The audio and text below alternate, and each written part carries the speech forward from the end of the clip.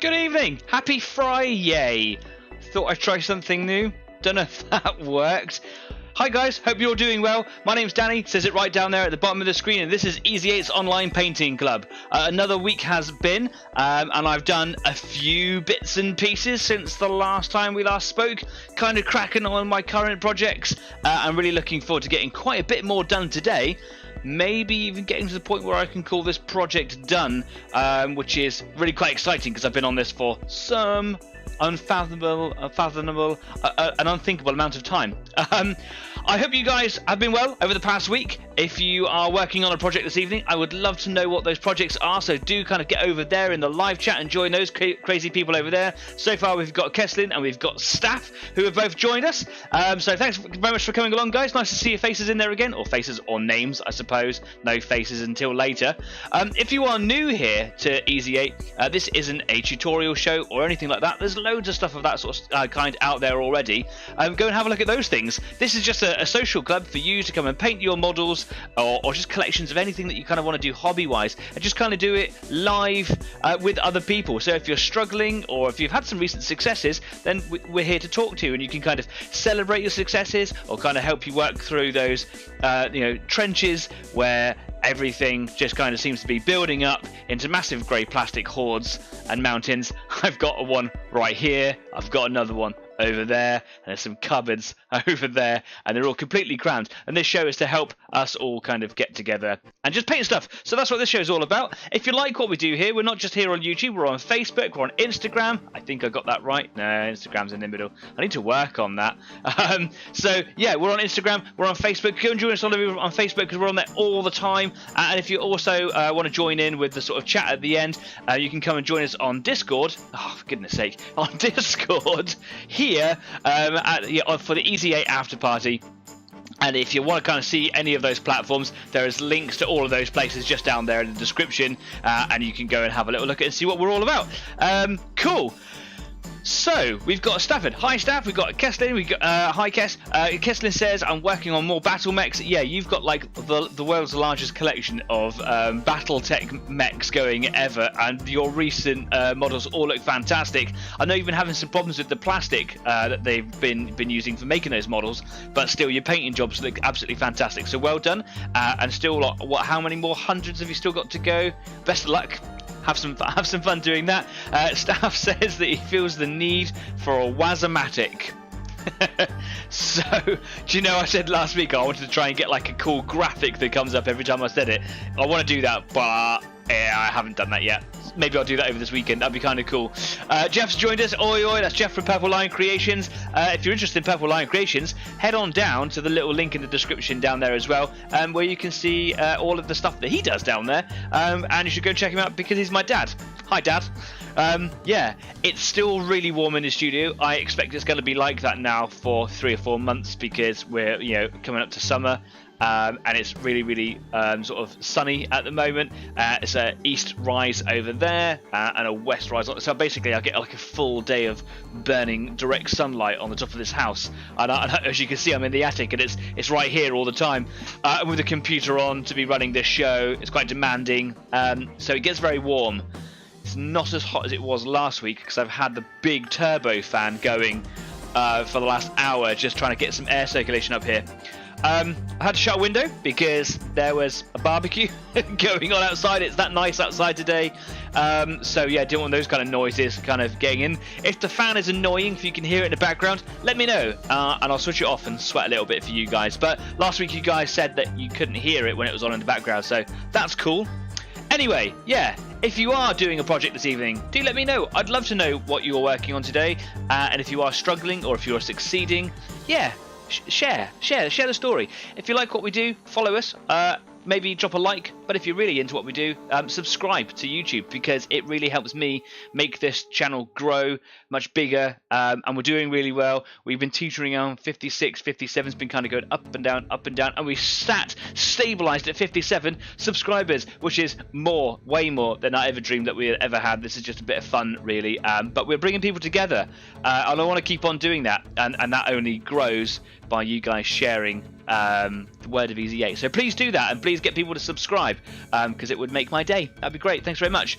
One of the other channels that we sort of associate with quite closely is John over at Out of This World Models and Minis over in the States, and he's been doing absolutely fantastically recently. I talked to John quite a lot through Facebook, and you can kind of keep up with our sort of conversations as and when. They're sporadic and they're very, very brief, but we'd like to say hi to each other whenever we kind of make a new video or go live, or just general chit chat really. And he's recently gone over 300 subscribers, and his channel is about the same age as mine, and he's doing fantastically well. So hey John, cheers, well done mate. I'm glad it's really working out for you, and your recent video which I watched just earlier on, with the kind of weird sort of cool tree thing where you've kind of demonstrated all of Dirty Down's products. So you got like the rust product on there, there's like a moss product, and there's a verdigris product, and you kind of used all three. You called it your trifecta, and they work really, really well on that model, and it was a delight watching you make that model and put some paint on it. It was great. I haven't watched your one with the shuttlecraft in it yet, the Star Trek shuttlecraft, so I must get around to watch that. If you're into what kind of John does, basically he just does whatever he wants and paints it up and makes really cool videos of it, then you should definitely head over to Out of This World Models and Minis and go see what he's all about, because he's really cool and does some really good videos. Keslian says, I'm having issues painting straight lines on my mechs that have lots of panels and indents. Interesting. Are you talking about like pin lining between those panels, or are you talking about getting the lines like across them to make it look like someone's like painted a line across the mech? Because that can be hard. Masking tape is your best friend in that area if you can't paint freehand lines. Also, if you're doing lots and lots of models, doing them all freehand, though would be good practice, can be very tiring. So yeah, consider getting some masking tape. Not any ordinary masking tape. Don't just go down and shop and just buy masking tape. Get some specialist model tape. You can get really, really thin ones as well. They can be quite expensive, but they will make your models look 10 times better, because you'll be having a better time with it. So yeah, consider that. If it's pin lining, steady hand, gloss varnish over the top should help you. And then just take your time. Bring it down a little bit. I'm going to take you over to the workbench now, where I'm really hoping that the camera is working, because I've had some problems with this camera over the last few weeks, which if you've been watching over the last few weeks you will know all too well. It is almost certainly a conflict between all my cameras, because they're all the same model, sort of same brand and model. So yeah, I'm working on it. It seems to be a problem mostly that happens when I go live. I've sorted the problem before I went live, like literally 5 minutes ago. Working fine, but when I push the live button, it sometimes screws up. So I have to break that kind of illusionary wall and go into the back scenes to make it all work again. So fingers crossed, let's see what happens. Here we go. Oh, we've got a feed passing the hand under. Praise, thanks to the gods of broadcasting. Thank you very much. The camera is working. Sometimes it does sort of freeze. We will deal with that. I've also zoomed in a little bit so you can see a little bit more of the detail that I'm working with today. Jeff's just put in a comment saying, just drawing and planning the next giant build. This one is a bocage build. It's huge and making the buildings for customers Kickstarter. Shh, it's top secret. Oh, I'm interested. I really want to know what's happening over there. So yeah, if you are interested in finding out more about this top secret build, maybe go and visit Purple Line Creations sort of Facebook page and see what's happening over there. Bocage is a really interesting build because it kind of like lots of Normandy sort of World War II country lanes and things with the massive hedgerows on the side, and Jeff, my dad, builds really cool interchangeable foot-long sections with magnets to keep them all lined up, so as long as you've got the storage space, you can always have like this adaptable table to play on. And obviously if you play a lot of World War II, especially in Normandy sort of games, then they are absolutely amazing pieces. I'm not just saying that because he's my dad, but obviously I would, but they are absolutely fantastic, and if I had the storage space I would buy lots from you because they are really cool. Cool, so today I know that I'm kind of drilling on a little bit with this Tyranid and doing the Carapace. He says shh, sorry, I'll say no more. Yeah, but I'm almost done with it now. I think this is the last week that I'm going to do anything really about painting the whole Tyranid, because I think that at least this week I will get all those Carapace plates done, which hasn't been that hard as hard as I thought it would be, which is really cool. They are taking some time. The hardest bit, because I'm using the 3 grades of grey, my darkest, my mid, and then my light. The dark one, Eshin Grey, is a little bit more troublesome than the other 2. So these are the 3 that I use. Again, I've been using them lots over the last few weeks. These 2 work beautifully. They're fine. This one here is just a little bit weaker in the pigment. Now that might just be because I'm painting over black with this one. I'm kind of blending between the black and the lighter grey. So between the black and this one. But it just seems to be a little trickier to use. So it's been slow going. I did a little bit of work on it earlier on. I got the claws down the other side, which I didn't do last week. I only did one side's worth of arms. If I bring it back into shot here, let's move my paintbrush out of the way. So I did these claws here. They're all done. They're looking really cool. So I did these 3. 1, 2, 3, and then I left these ones because I was fed up with doing little plates on them. But I've just done the dark grey bits on them. So just up underneath sort of each plate is a black line, which I've just kind of introduced some grey in it. It's not very neat, doesn't have to be at this stage, because the next level grey will streak over them. This works much better. So I've done that in kind of in advance because it took me a long time last week, and I like to kind of move on week on if I can. Jeff says, that's looking proper good, mate. Thanks very much. Appreciate that. I've also started work on the tail. The tail is going to take some time because it's very long and there are many, many plates. But here you can see the larger plates a bit easier to practice on. I was working my way down. You can see that I'm introducing those kind of brush strokes to simulate the sort of lines in a carapace. That's autofocusing. That's very frustrating. Come and stop that now. Thank you very much. And I've got down to here so far. So I've still got to work all the way around. It's a lot of plates to do. So what I'm going to do tonight is I'm going to work on the mid grey and the highlight grey on the claws so that I can consider all claws done. That would be brilliant. And then I'm going to move on to these plates here. That'll probably be where I get tonight, and that's fine. The whole point of this show is to just kind of trudge on. But I'm hoping that throughout the week I'm going to get that done. If I do anything more with this model on next week's show or throughout the week, it will be on the base, because I've still yet to do the base on my Carnifex. I kind of want to do them together because I just feel like doing it that way. So yeah, that's... Oh, excuse me, I swallowed my tongue.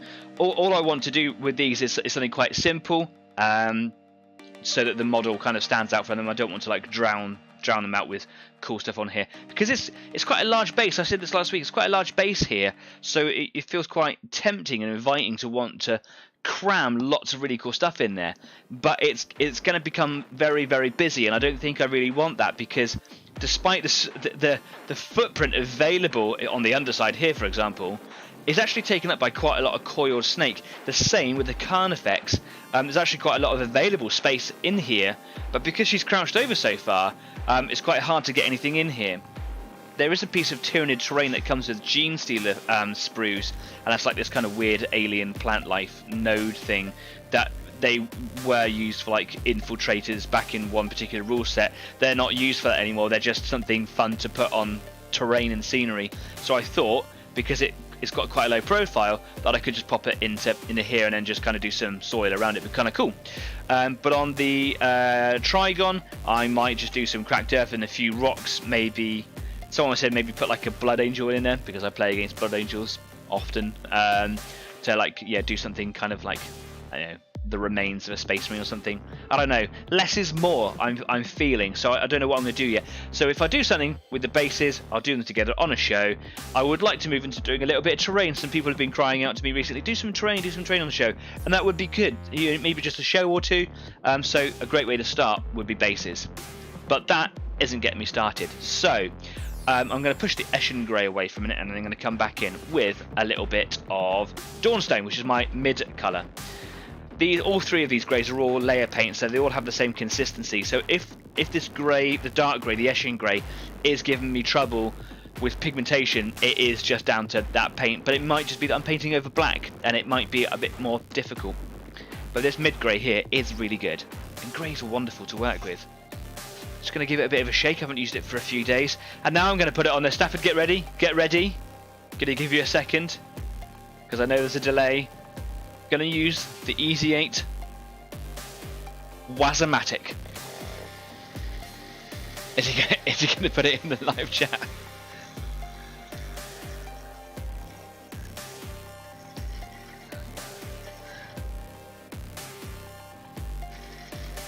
I think I need to have like another camera just for the Wazomatic use. It's got a really short cable, so I have to reach right over. It's a bit frustrating.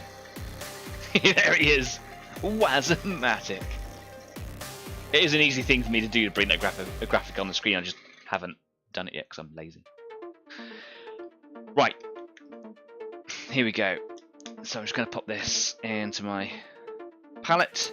I have been using a little bit of airbrush flow improver, just mixing it in there. That's really helped me with the darker grey. So I've actually been diluting it down, like watering it down with that more than I have water, just adding a little bit of water. But this mid grey seems to work fine without it. That's not to say that I'm not going to give it a try, because if you don't try, you don't learn nothing new. But sometimes that does make my projects last longer, because I'm too busy experimenting with different methods. Right, make sure that is sealed properly, because these paints dry out awful in these pots if you don't. Excellent, there's that one, just pop that on over there. And I might just give just one little drop, There we go. Can't quite see that, can you? Let me bring that into shot there. There we go. Jeff says, you had that ready to go, didn't you? Yeah. It's good to have a supporting community. Thanks, man. You'd be my co-director or something. Staff says, so I'm attempting to brush paint white cars. Cool. Thin coats. Let them dry. Get a hairdryer, or because you live in the same town as I do, maybe just put them in your window for 10 minutes because they will dry in this sun.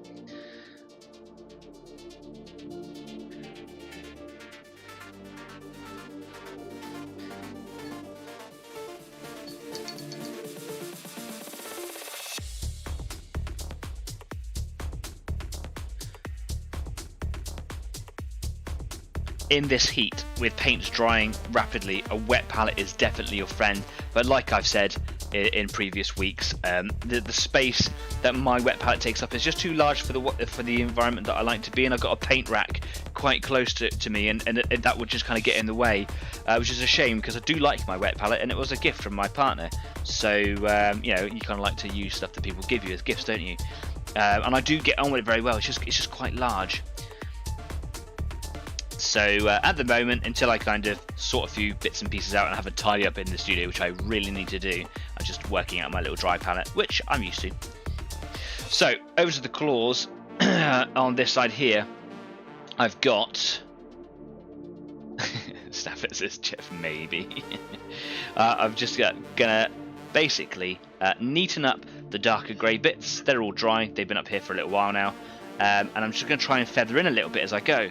So, oh, it's quite a good zoom I've got there. Here we go. So, there are some little areas like on the edges of these little spikes where I've been handling it. It's kind of knocked the paint off. I'll sort all that out later on. There's a bit of dark grey just on the inside of this spike here, so I'd just like to neaten those up a little bit. It's a great opportunity for me to test the consistency of this paint that I've made here. I don't want to push the dark grey back too far, and any little sort of streaks that I make here, I actually want them to be quite thin, and the easiest way to achieve thin ones is actually by having it quite a bit waterier than you would expect. But too watery and you end up having to do multiple coats, and when you're doing as much detail work as this, the fewer applications the better. So just water that down. You can see that it makes the brush quite heavy with paint, so I'm just going to squeeze a bit of that out there, and I can see that's quite watery. I want to get quite a narrow point on my brush, and hopefully that should give me quite the detailed point to work on.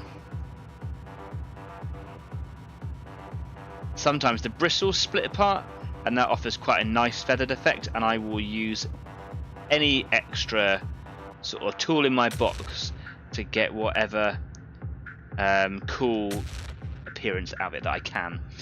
Actually, I've watered a bit too fast, so I'm just going to dip that in a bit of the thicker paint there. Always takes a minute just to kind of get going, so it's always slow at first, even though I have been up here for like half an hour earlier on.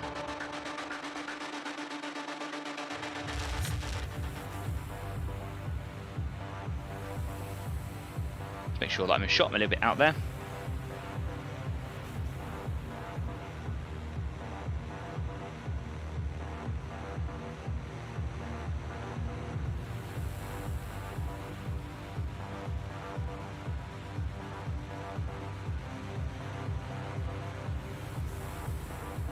That's a better point. There we go. Waterier, is that a word? Is now.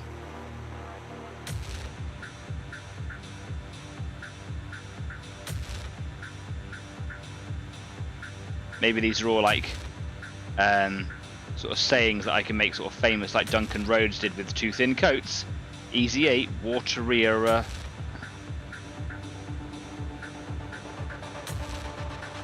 You know what I mean.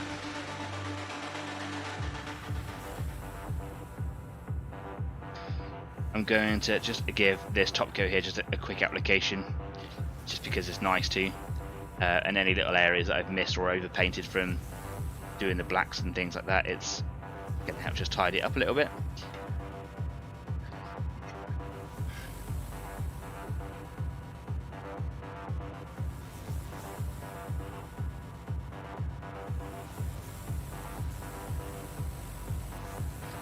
And I come back and I'll do the undersides of them a little bit later on. Just wiped a little bit of paint across my hand.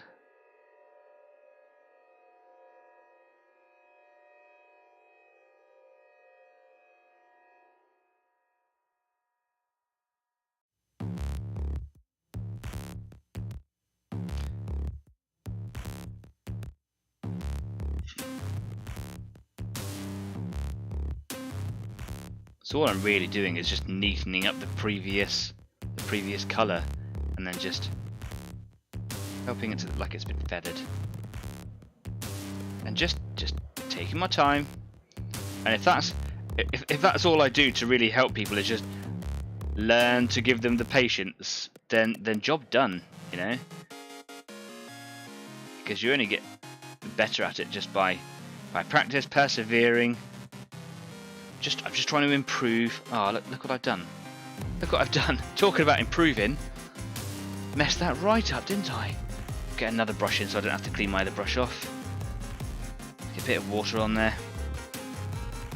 There we go.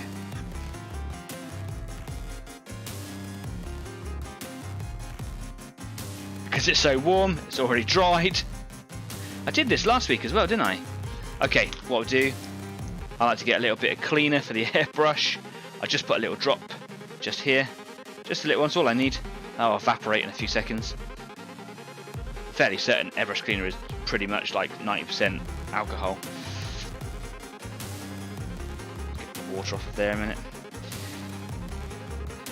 It's thinner, and it's just ever so gently. Because I've got dark grey on there as well. This will pull it right off. Just dabbing. Gone. Whew. Wash that out of my brush. What an idiot. Right. Back to this brush then. Might have to come back to that in a minute and let the cleaner on there just sort of evaporate a bit more, because it won't allow me to put any on.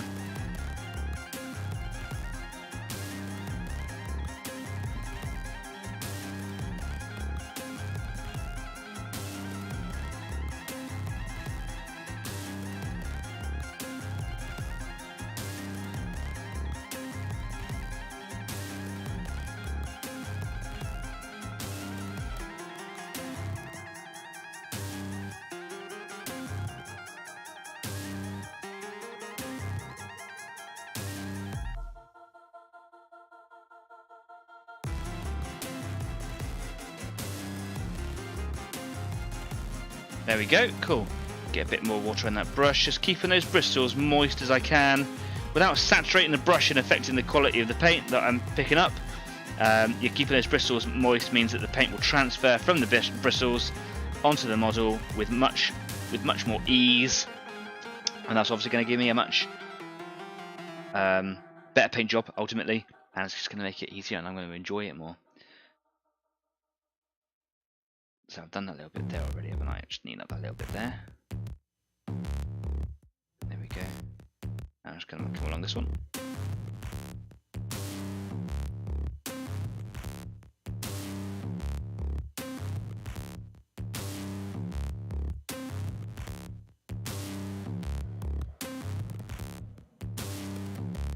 A few fine lines in there.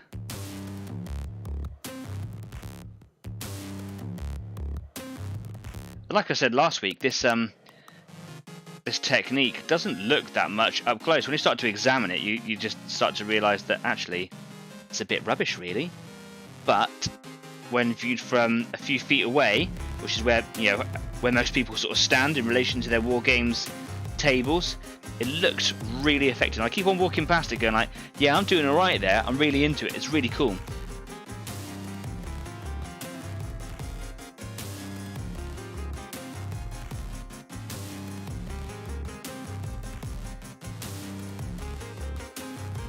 And it's nice to have a big model project like this, because it means that I can just keep on working at it, and just repetition means I'll just get better at it. My partner's really into crochet, and that's only like a new thing she's really picked up, like within say like the last sort of 6 to 8 months perhaps. And she did a first little trial, made a couple of panels, kind of got into the process. They were really good, but clearly the first ones that she had done. And then she made like a hat, which I wear at work. I love it, but it was her first ever hat. And then she just decided to start making a blanket. Just make it just like a ball of yarn, and just work until it's done, and just lots of stripes. And just for no reason other than the fact that it's just constant, rigorous practice, mundane, and it looks like a machine has done it. It looks like it's just incredible. And that's basically what this large model has allowed me to do. Allowed me to explore different techniques to get the job done a bit faster, and what looks effective, but ultimately just allowing me the opportunity to, repetitive practice. And that's what I was talking to you about just a minute ago. Like if you're just constantly working on painting those lines, just keep at it, because it'll pay off.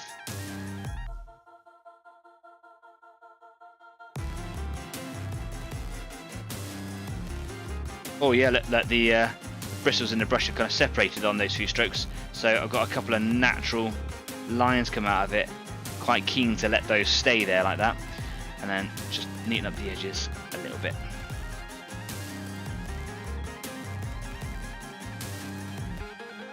Lovely. Jeff says, what did you do for the smaller bit-ended bases? I just did like some different types of like cracked earth or just soil, but I made them all kind of greys and browny greys, because the idea was to represent the fact that any kind of biological matter, or any kind of sustenance or whatever has been removed from even the soil. Just kind of wanted to make it look like that they've left a blank canvas behind them, so everything was just kind of dead. And on a few of them I did some little acid pools, but I don't want to flog that horse too much. I want to use it sparingly, or at least 50-50, but not any more than that. And then on a few of them I've also done like a few like vines, and kind of made sure that they were red, because as I've said loads of times before now, I reckon I'm a massive geek for H.G. Wells' War of the Worlds, and if you know that story you'll understand the red weed, and I just like the idea of having Tyranid flora, which they do have in their background, and I just kind of liked having the colour red really offset with the colours of the Tyranids, and it made them really kind of stand out, really popped on the bases. So yeah, I could do some things like that. That's gone kind of watery already. Yeah, so I've got some options. What I really wanted to do was do like some structures that were being pulled down by Tyranid vines, so like the red weed thing, but just kind of like pulling down at like a stone pillar or something. I thought it'd be kind of cool, or calling up a statue. But it's about the space that I've got on the bases to work with.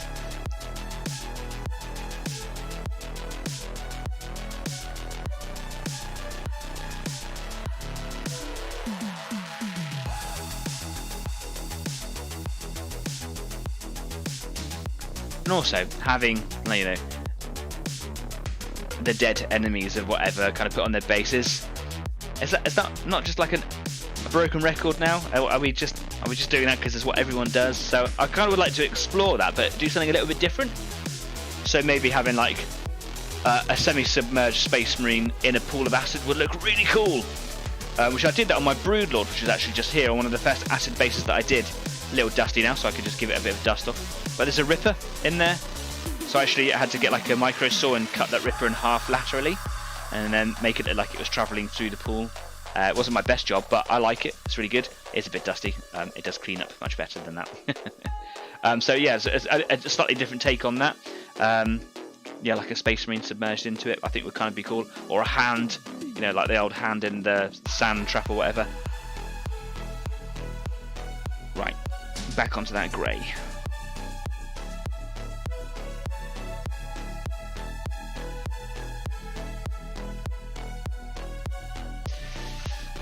So I've done the top claw in this colour. Moving on to the second one. I think we're going much faster than we did last week because I managed to get all that darker grey done earlier. Trying to move the position so that you can all see it.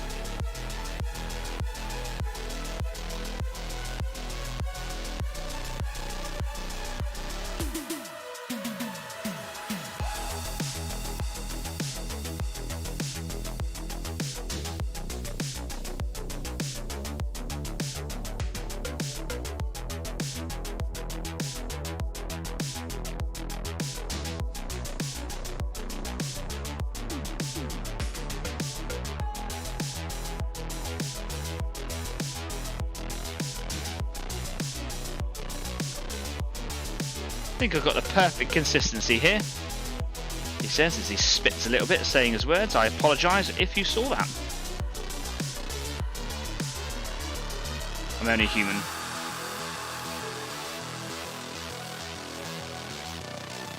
A bit more. I think I'm definitely going to invest in a couple of smaller size Kolinsky brushes. This brush is brilliant. It's probably as large as I need to go with a brush like this. But I think I would like a couple of smaller ones just to help in this sort of technique here, making those little tiny feather marks and kind of painting on these smaller plates. I think a smaller Kolinsky brush would really help out. Took a little bit of practice to get used to this brush and how to use it perfectly and get that point working in there. But if you want to improve your painting, I highly recommend getting a decent Kolinsky brush. Kolinsky is a type of bristle, not a brand, so you can find Kolinsky brushes probably in your favourite brands or brands that you're more comfortable getting. Staff says, bum, I'm going to have to strip this off and repaint. We'll invest in a white rattle can. Yeah, or alternatively, bring them up here, because obviously, as people know, you live in the same town as I do, so if you bring them up, I can give them a quick once over with the airbrush if you like. No troubles at all.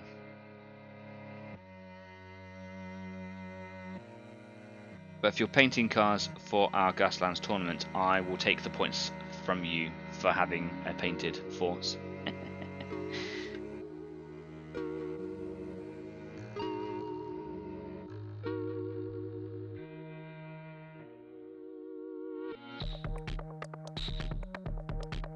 Okay.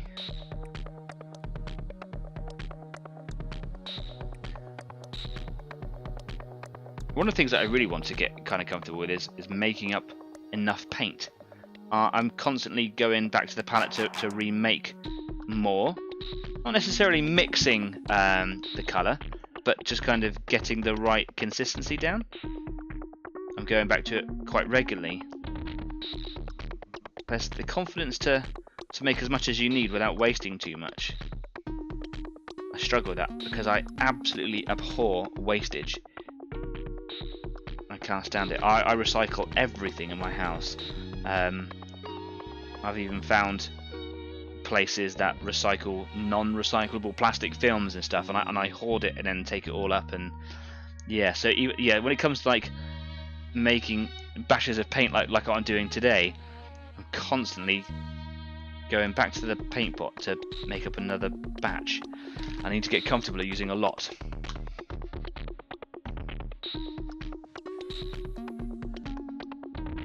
Every now and again a little bit of dust goes into the fan and it kind of smells, and I'm wondering, like, has the heat turned on? It's fine.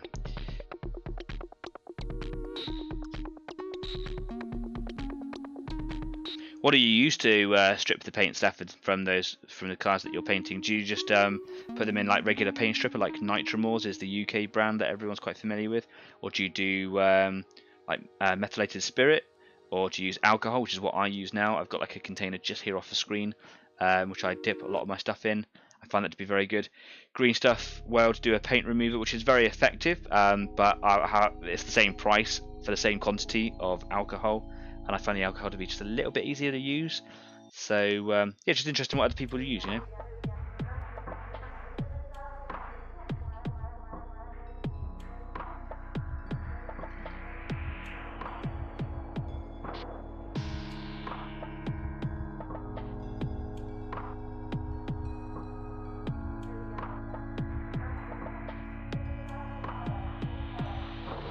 Pretty good consistency I've got there. Let's see how well this works. Oh, wire wheel. Go big or go ouch. Yeah, it's a bit aggressive, isn't it?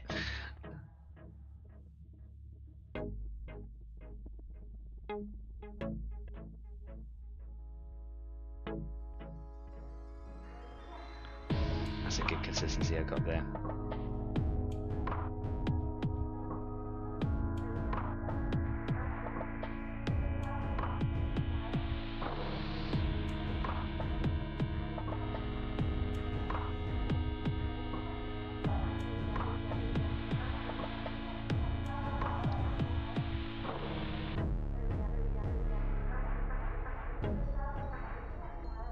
Do you know, when I finish this Trygon, I am absolutely going to celebrate by first taking pictures and putting on Instagram on our Easy 8 Instagram page, and then I'm going to have a beer.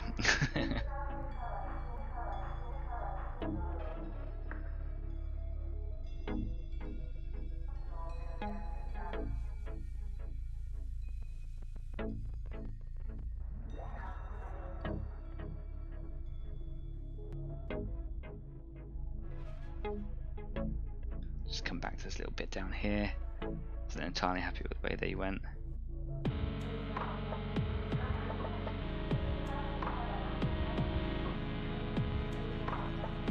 There we go. Okay, onto the last little claw now.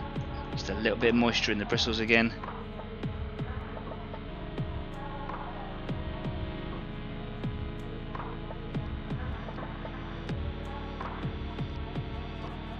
Here we go. Got a bit of a croak in my throat today.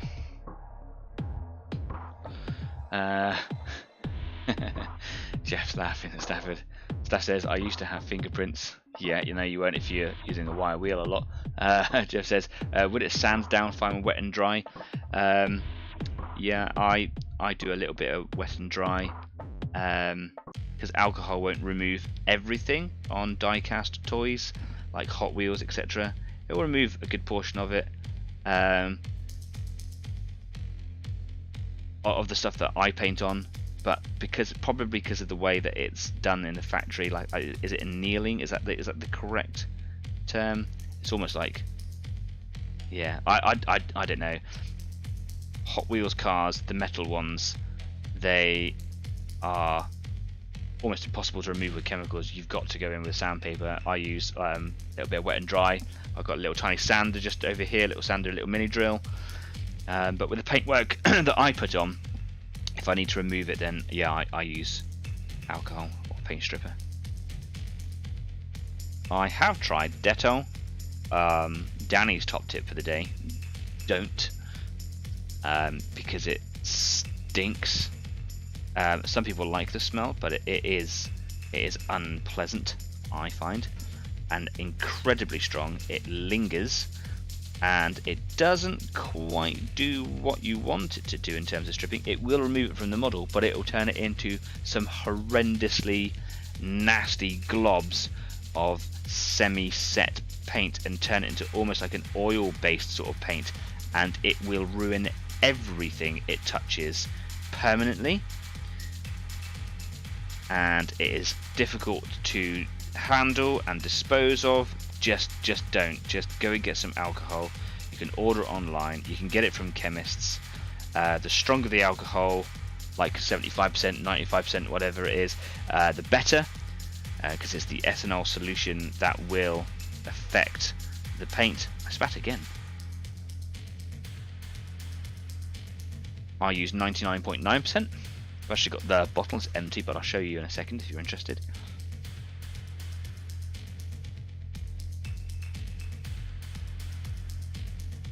and you can buy it on Amazon quite freely. It is flammable, like a lot of things like that, so do be careful with it.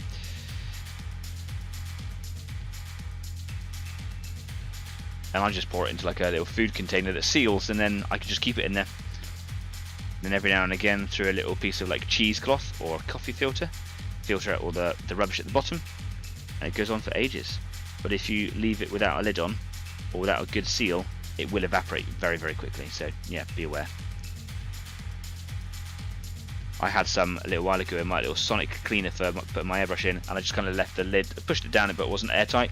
It gone within a week. There's quite a bit of it in there as well. Okay, so that's the claws done with that colour there. Because I've still got a bit of paint here, I'm going to move on to the plates on the tail, I think.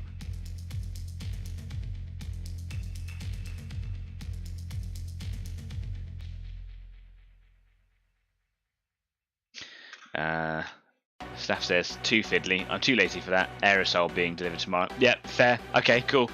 Jeff says I don't strip them. I just spray painted the Humvees. I think the paint stayed on. You have the I do have them. You made me some little kind of almost like a scratch build, but over the top of existing Hot Wheels. You just painted right over the top of them. If you are interested, this is what I use. Can you see it in the screen here? I'll bring it into this one. Why not? That's what I'm using, isn't it? I can isopropyl rubbing alcohol for first aid antiseptic. And this is what, half a litre? This is about 10 quid, and it lasts for ages. And it's really good for getting in your cuts, but it stings.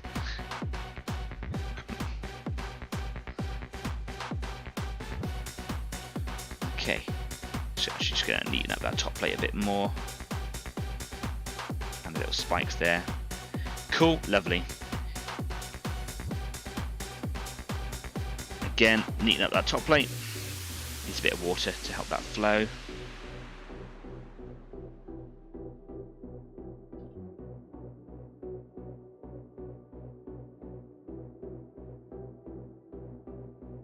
Here we go. Larger plate, very tempting to go turbo fast, but important to maintain a semblance of control, because I don't want to do what I did right at the beginning and just overpaint by accident. Even though a brush is easier to control than an airbrush, it is still easy to, you know, make a mistake, and the fewer mistakes mean the less time and less frustrations, obviously. So yeah, it's quite tempting to want to go just kind of full tilt, but I'm going to resist that temptation as much as possible.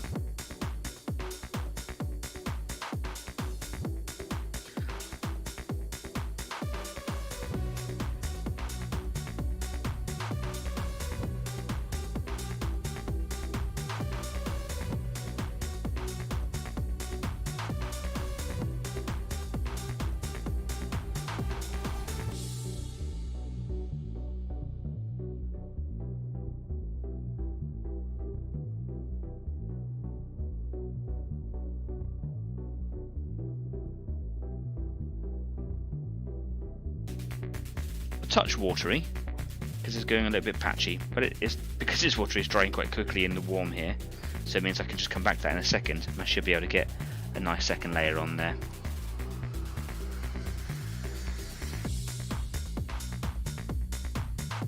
Just right up to the edges there, just using the side of the brush, but there's a little bit of overspray, so I just want to make sure that that was captured.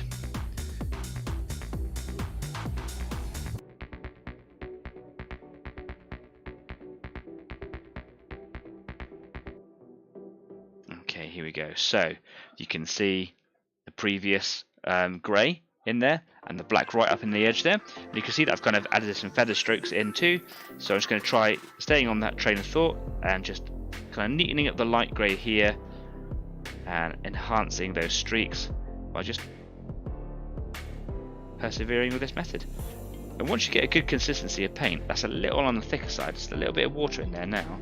It's very, very easy and quite therapeutic, and you get into a little rhythm. That's what I got into the last time I came in and did these darker grey bits. I got the right consistency of paint, and it was just working. A little bit harder to reach, so I'm holding the paintbrush sort of halfway down, which feels a little bit unnatural. But I'm just resting my hand against the base, and yeah, quite comfortable. Just get some little strokes in there, adding varying degrees of pressure into the bristles. If I push too hard, I get quite a globby bit of colour coming out, and I don't want it to be too globby.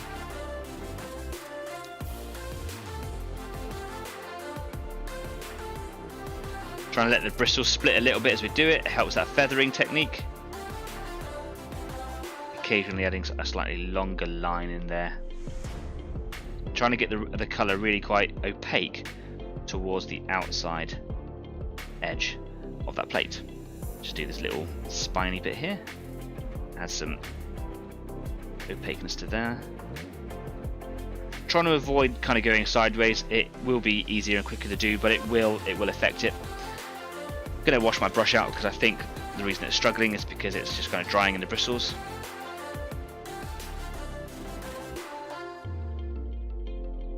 What I'm doing when I'm going to get the paint from the palette, and I'm wetting the bristles down, adding a little bit of water to the end, but there's paint sat on the end, so it's kind of water sat on the paint, and then I push it into the palette, and as I push down, the bristles kind of splay out a little bit, and by letting them splay out kind of invites the water into the bristles, and that then kind of goes into the paint, makes it all a little bit more supple. So it's not about kind of mixing lots of water into the paint by trying to keep the bristles supple, it's just trying to get it into the brush itself. That's a bit of a mouthful to say, but it does make sense in my mind, so deal with it.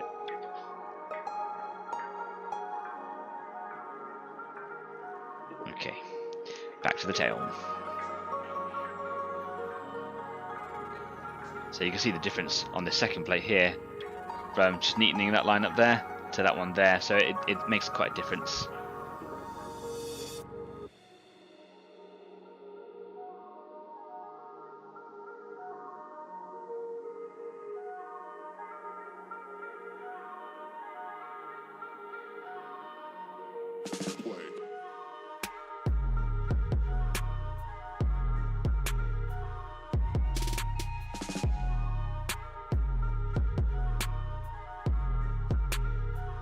Still not as supple as I want it to be.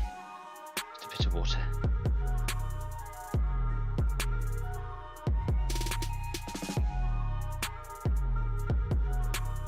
A bit too wet now. Oops.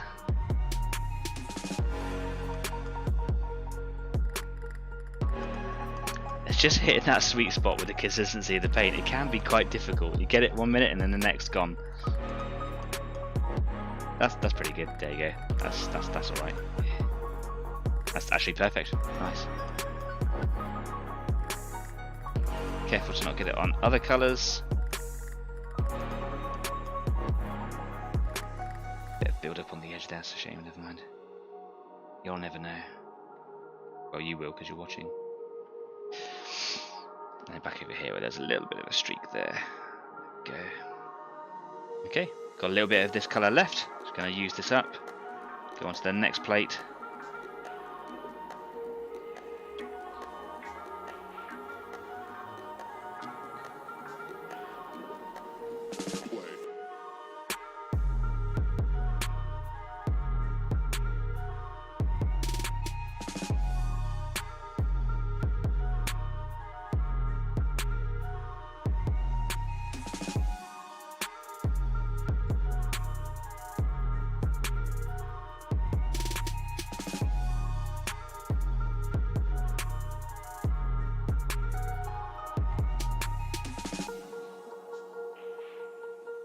Again, just a bit more moisture in the brush. It's the heat in this studio. Drying up in the brush quite quickly. I have tried using paint retarder to stop the drying process of the paint, but I haven't really got on with that yet, and it is quite gel-like, and it really does affect the consistency of the paints that I use, and I don't really like that. So I've stopped mixing that into my paints for the time being, until I find a time to kind of play with it a bit more and work out how to use it. But it does keep your paints much more moisture. You can have that one as well for quite a bit longer. But it also has a slight sort of colour to it, almost like it's slightly not clear. And by adding it into your paint, it does affect the colours slightly as well. So yeah, I've yet to really kind of work that into my tool set. I also bought it for the airbrush, but realised that I didn't buy an airbrush one, so that was a bit daft. So being a gel, putting that in your airbrush isn't the most effective thing ever. Struggling now. Let's get some water in here, come on. Actually running out a bit of paint here.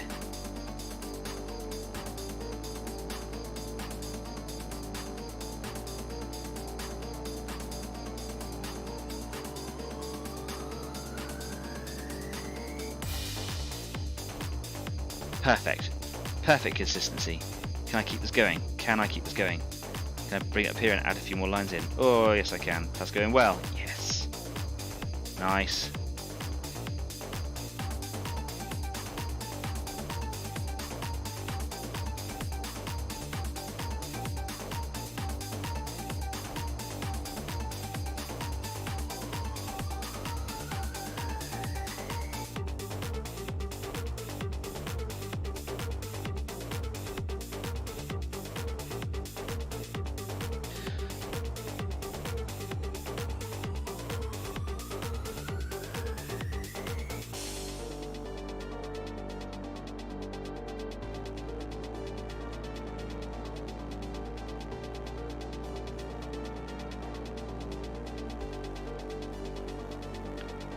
You know I'm concentrating because I'm not talking.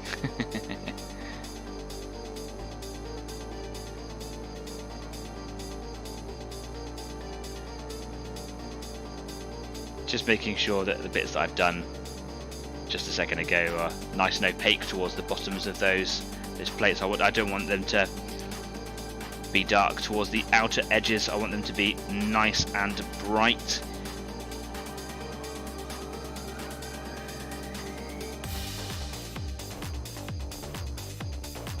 Pretty much the last of this paint that I've got here, so this will probably be where I stop for a second. Just wanted to make sure that I used everything, because like I say, I don't like waste.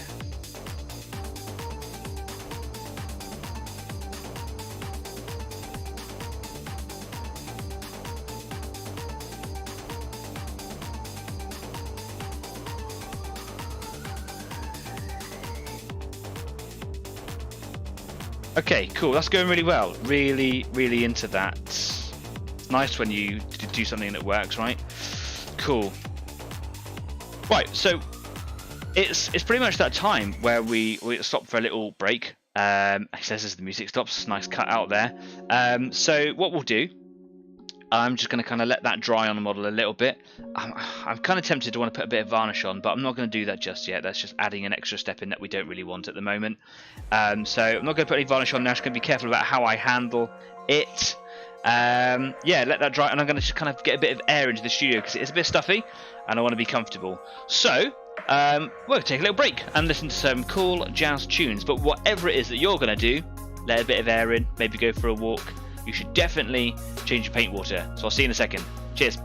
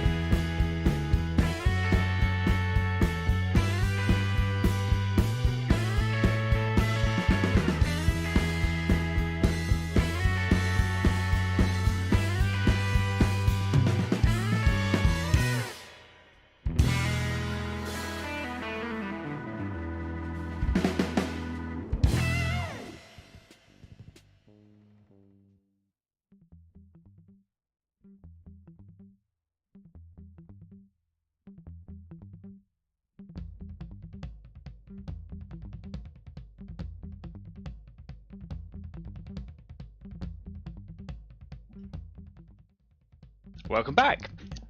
Yeah, when I had a quick walk, changed my paint water, which I don't often do. Yeah, got a bit of fresh air into the studio. It feels a bit nicer in here now, and I'm just kind of working now on some of the detail grey. And I've actually taken the step of putting a little bit of retarder medium into it, and you know, just trying to be brave, like I was saying a minute ago, and kind of stepping into that world of the unknown. And I seem to have got a consistency that I'm pretty happy with. Just trying to kind of fine-tune it. So it's going well, it's going well. If you are working on something this evening and you haven't spoken about it for a bit, or maybe you're just kind of watching in the background, let me know. I'd love to know what it is that you're working on. I'm genuinely interested. If you like, then you can of course stick pictures up on Facebook, because we're on Facebook. Yeah, I got the right one. And you can also go and see what we do also on Instagram. There, I need to have like a little marker. And of course, if you want to, you can stick around at the end of the show for the Easy 8 after party on Discord. I'm just rubbish. I'm so sorry. Yeah, so, you know, maybe come along and like, follow, share, subscribe. That's great. Don't forget to share and subscribe. It really helps me make this channel more and bigger and better, and I feel really enthusiastic about it as well. Anyway, cool. Got to go back to the workbench, and I'm hoping, genuinely hoping, that the camera's still going to work. So keep your fingers crossed, touch wood. Here we go. It's a good start, isn't it? Oh, something's working in our favour tonight. Brilliant. Well, if you are doing some sort of ritual or prayer or whatever it is, it's working. Thank you very much. So just over here, I've got some lighter grey mixed in a little bit of retarder medium and a little bit of flow improver and a little bit of water, and I think I'm just like a fraction off of the consistency that I want, but it is working, which is good. So I've just made a start now on the top claw, so I'm going back to that top one, and I'm just edging it all. And from there I can like fan out details. So if we look here, you can see that I've just started edging. That comes into focus any second now. There you go. And then in a minute I'll start making those streaks out. But I just kind of wanted to establish those edge highlights. I can just do a bit of water, come on. That's a bit better.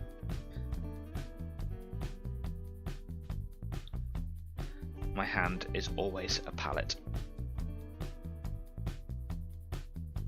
This bottom plate here is a little bit trickier to colour.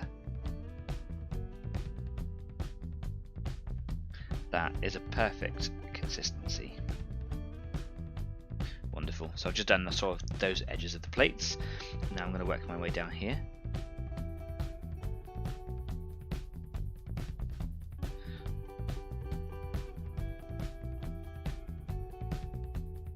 When it comes to these lines here, I'm not actually, it doesn't pay to be that delicate with it. Yeah. Just kind of get stuck in, knowing that as long as I don't go completely mental with it, that the additional lines that I'm going to streak in a minute will cover up any mistakes that I make here.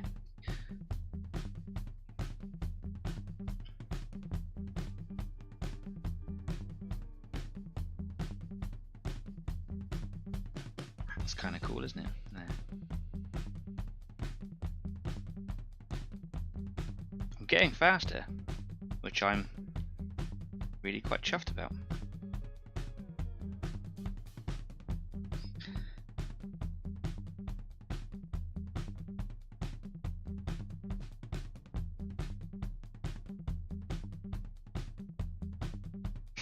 Paint's drying a little bit in the brush. Let's get a bit of water in there. Bit more colour on the bristle.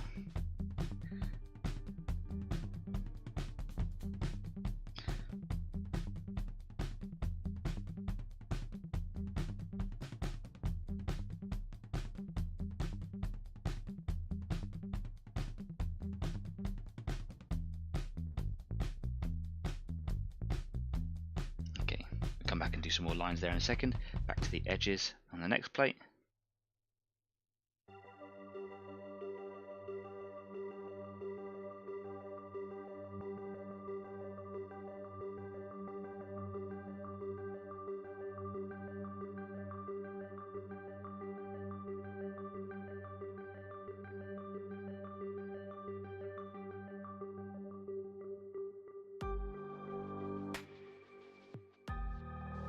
that part of the show where Danny stops talking, which I'm sure you're all quite grateful for sometimes. Would love to know how your projects are going. If you're working on something, we've got a couple of people watching this evening, but if you're working on something over there, how's it going?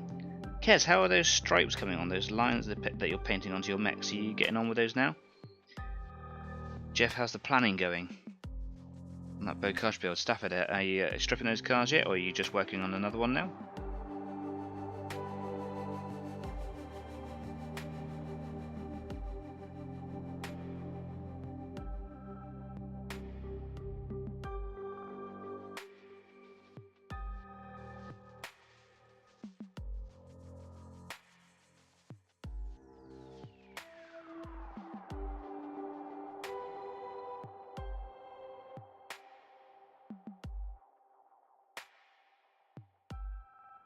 Cool, there we go. Some good lines in there. I'm getting them quite neat and tidy as well, which is really nice.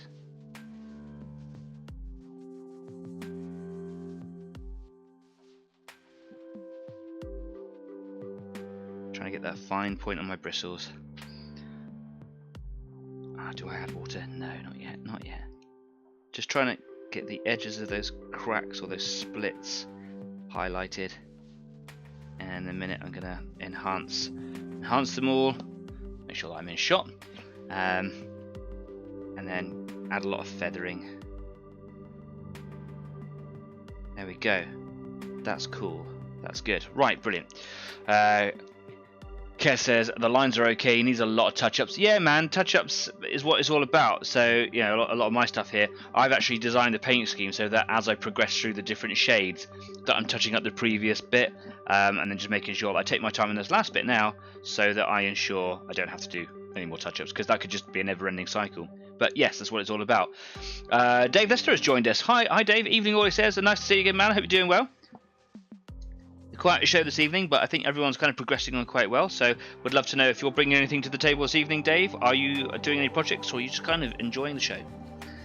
Stafford says, not stripped it yet, have added some transfers to one, pictures to follow. Oh, very interested.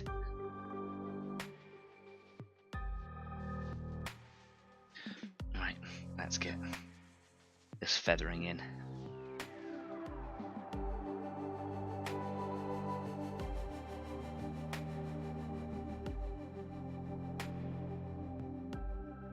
So find a point, lengthen it like that.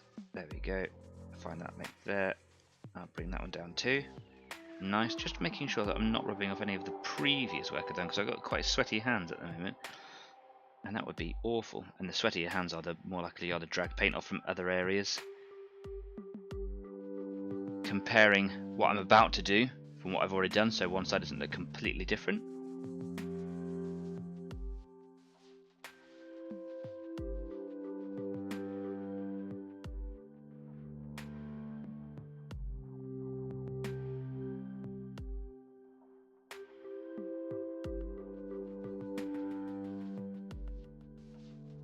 Again, make the edge quite opaque, or as opaque as I can really, and then as it starts to feather out a little bit, it can be a little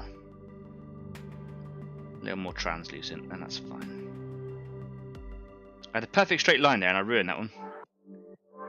Never mind.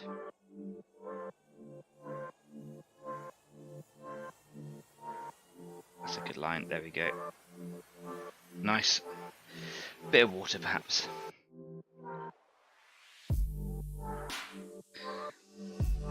The paint is staying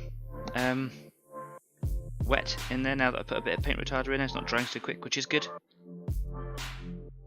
Obviously.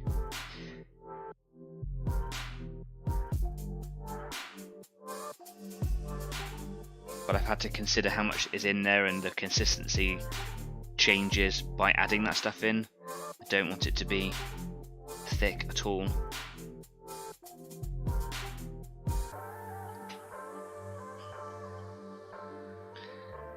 And again, just here I'm going to add a line.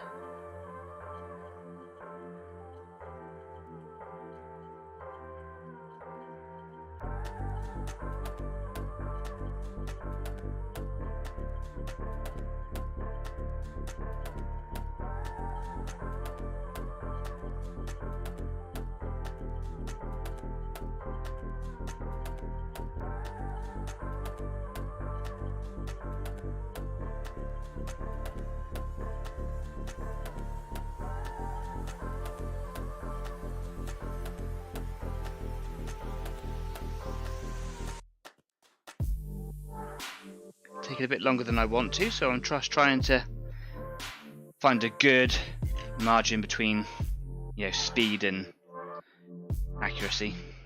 That looks pretty cool there though, pretty happy with that. Let's do a bit of neatening up around this one down here.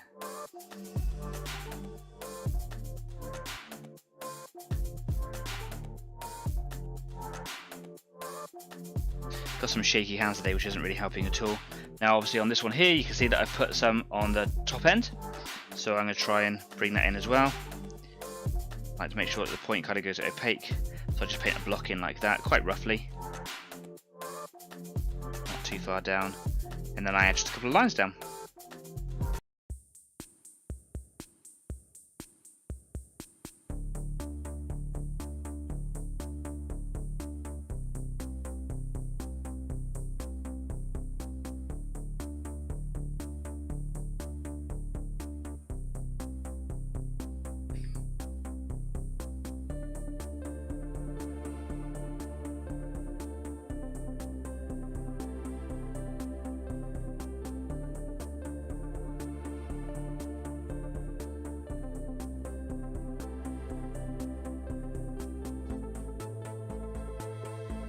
Cool, happy with that, that looks alright.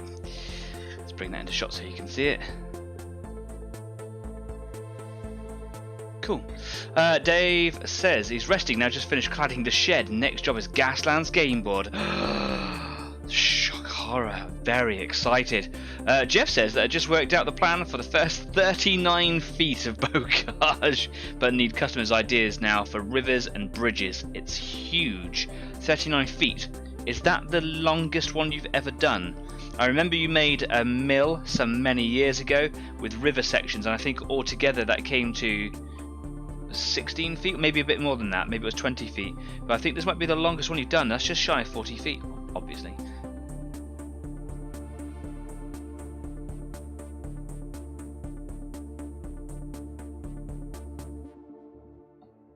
Get some more grey paint on the bristles. Just trying to find that happy consistency. It's starting to dry a little bit now, even with the retarder in there. So just trying to add a bit of water, get a consistency that I'm happy with. And yeah, on to the next plate here. This is taking longer than I wanted to, so I'm going to try and speed up, be a bit easier as I go through smaller plates, obviously.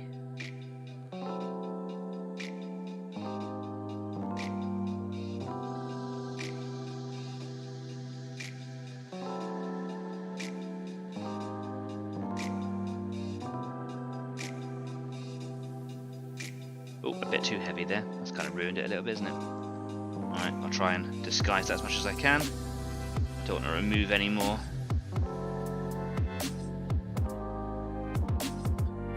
Doing it a bit more waterier.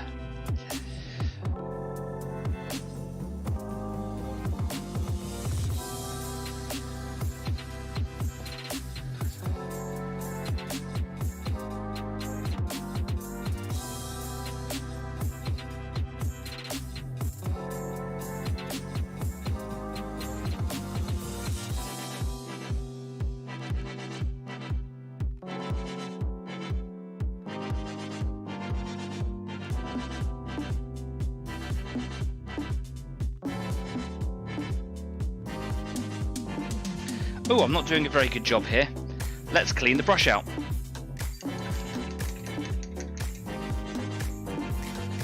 Maybe I should make up a bit more paint. So, back into the Administratum Grey.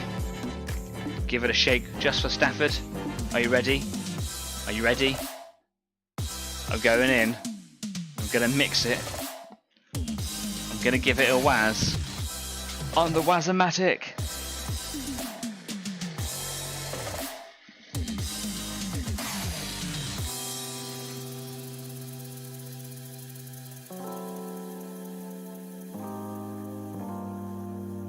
Not reading it out until Stafford said what he wants to say, because I know he wants to say it. I can see the comments going in. No, there it is, Wazomatic. What's Jeff saying? Yeah, bigger so far. The mill and river was about 20, if I remember. The bocage build will get bigger still as he plans it. Oh, so it's an ongoing thing. Wow, that's fantastic. So if anyone doesn't know, Purple Line Creations, my dad, it's all bespoke orders, so all tailor-made, which is really cool. Wow, there is a delay. Yeah, there is. It's about. It does vary sometimes, anywhere from a few seconds to up to 15, sometimes 20 at the highest, and that is at YouTube.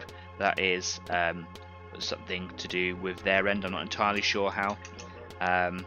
But sometimes it is beneficial. It does help. Something goes terribly wrong here, I might have some time to react. It used to be for like proper like radio stations or whatever, they have like a little safety net if you know, language rules were broken on air, then you have like a 7-second grace period to hit the button and kill the feed, because you don't want to say poo or bum or nothing live on air.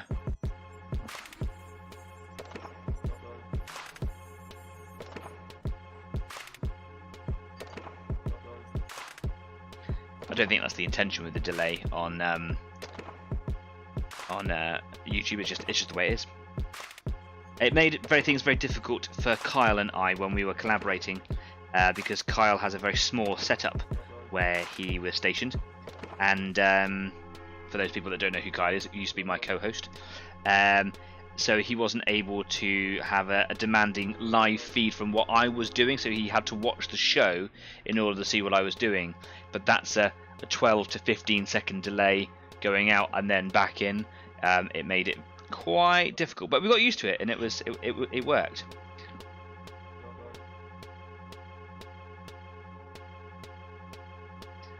So made a fresh batch of light grey paint, and I'm hoping that it's the right consistency. It seems to be pretty good. That's nice.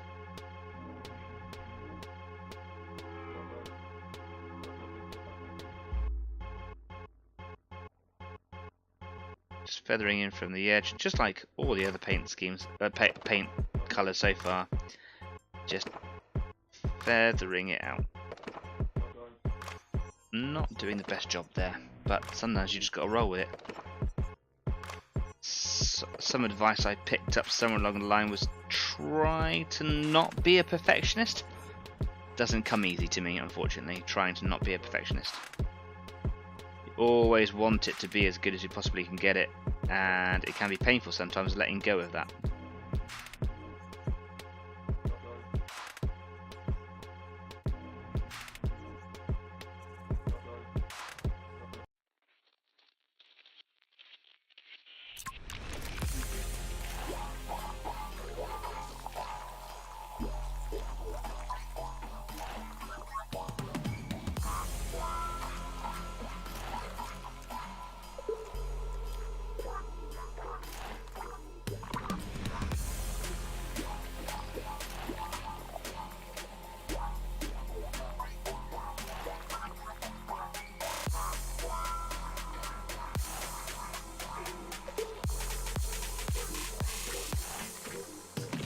Oh, got a rogue bristle.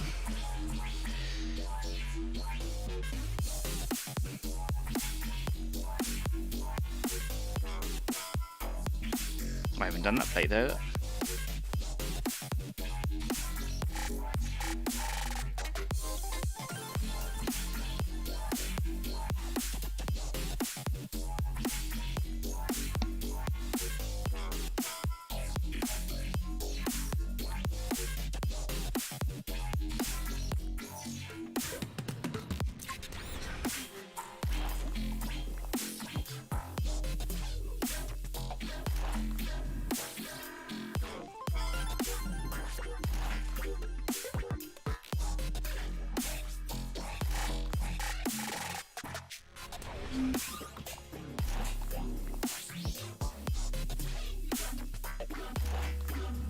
On this one here, that actually covered over almost the entirety of that second lightest grey colour, which is a bit silly.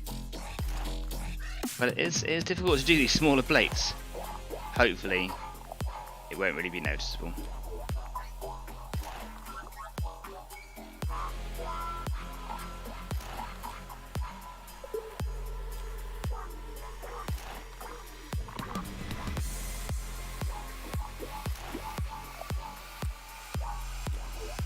Let's get back to this plate here.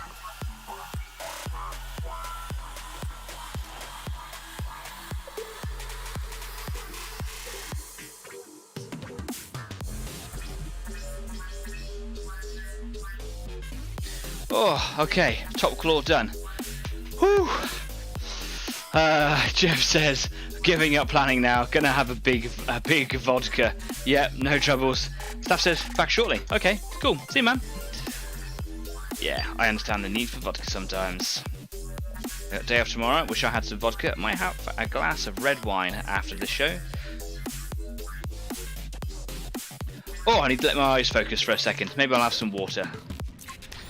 That took a bit of effort, that did. It's not going on so easily, this grey. Not necessarily the paint, but the application of the technique a little bit tougher. Which is a bit frustrating, because normally I find doing the highlight part, one of the easier bits just seems to flow quite well, but yeah, today I'm struggling with it a little bit. That's fine, that's okay. Bit of water in those bristles, add that into the paint there. Try and keep that paint quite fluid. Like I said, it's a weird consistency that I find works for me here, and it is more.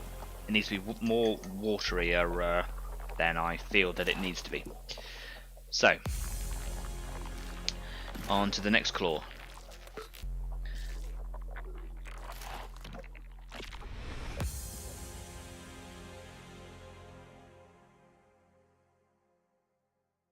Here we go. So, this time, to try and speed things up a little bit, or at least attempt to try and get some time back, I'm going to see how fast it is if I just did one plate at a time, the whole technique, rather than just outlines on all of them and then feathering in. So, this particular claw is a hard one to hold the model for. I'm just going to take my time learning how to hold it. I'll start from this top plate here, which is a bit difficult for you to see, but it's the best I can do. Bring that light in a bit more. Here we are. And an outline from the top.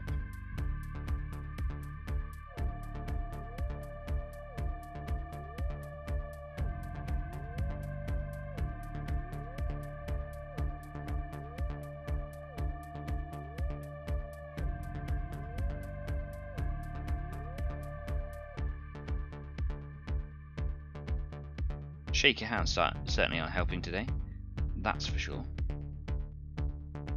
That's part of it, I suppose. Just learn to get over it.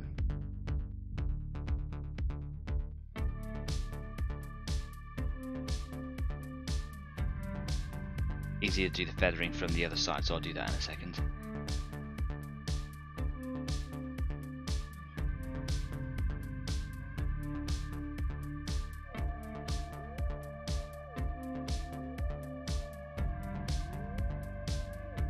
See how I was kind of stroking the bristles there, only ever so gently, but nothing was really coming off. That means that the paint is ever so slightly too thick, and it only needs to be ever so slightly as well. It doesn't have to be like the thickest paint in the world. It needs to just have that tiny extra amount of water in there, and the paint starts to flow. It doesn't matter if it's too translucent. It will come off within a couple of strokes. There we go, all that difference there, that's just from having a tiny amount of extra water. That is the same as dipping it into a droplet of water. Staff says, well, that's annoying, the clear coat has made one of the colours bleed. That's weird, that sounds like that colour wasn't perfectly dry. Like maybe it had, if you imagine like the thickness of the paint, it had created like a skin, and then underneath it had still quite wet. Hairdryer time, perhaps.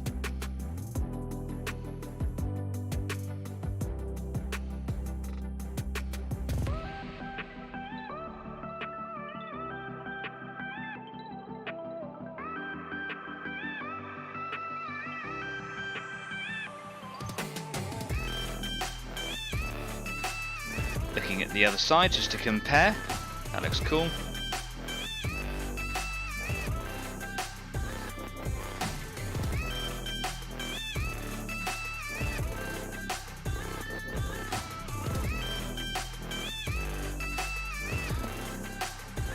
Yeah, Jeff says that's a pain. Yeah, it really is.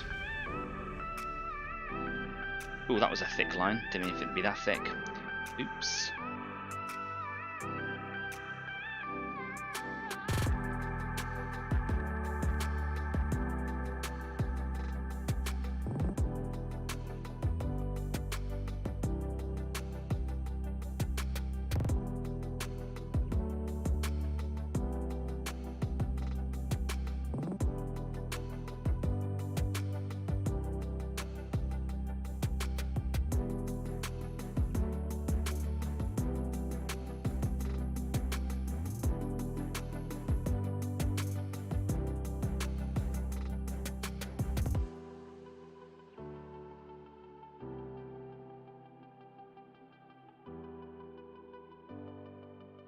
Don't know if it's speeding it up, but it is certainly allowing me to focus a bit more. Again, could you do with a bit more water? It's probably just because it's quite, you know, warm in here that the paint's drying faster than I want it to. But frustrating to keep on top of. Just trying to keep my cool, quite literally, and just keep on painting.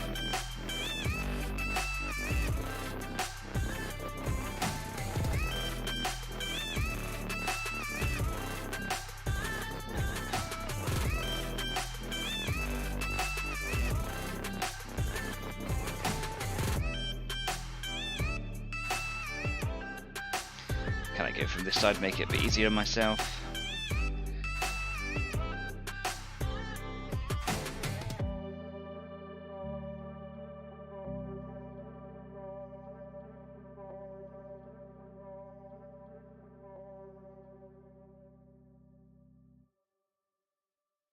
Yes is the answer. I can make it easier on myself by drawing the lines from this angle.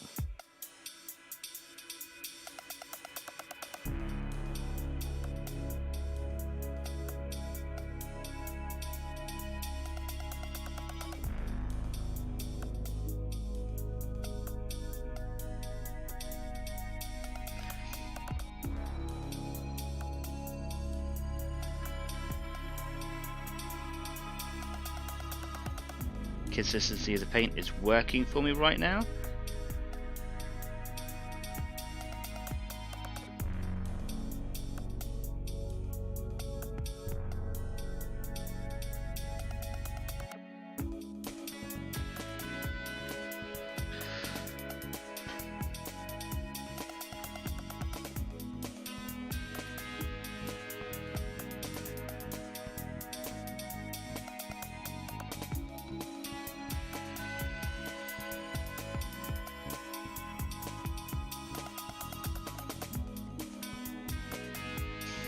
Don't feel like I'm doing a good enough job on this side as I was on the other side, so I'm just gonna try to calm down a little bit.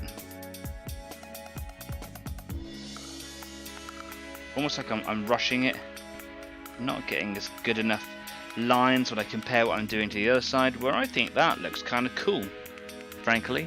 This side, yeah, not as good. I mean, it's still there, especially on the top claws. It's still good, but I'm just losing a little bit on the smaller plates, and it is a place to lose it.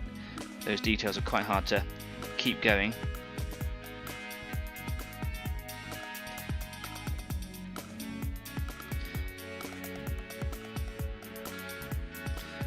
Just using the back of my hand just to helps gain the consistency by just rotating the brush in this little pool on the back of my hand there. Allows me to get quite a fine point on the brush.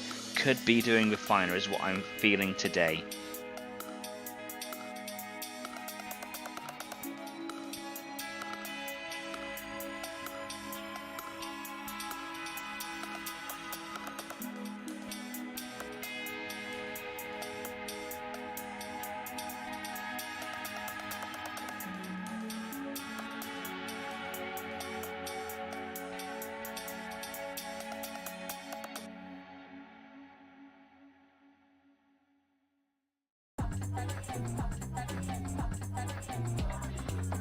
Do you know what? On these smaller plates, I'm not even going to bother, edge highlighting. I'm just going to do this little method. This seems to be quite effective, at least while the paint's playing well with me. It's just erratic dabs. Still sort of liney, if you know what I mean.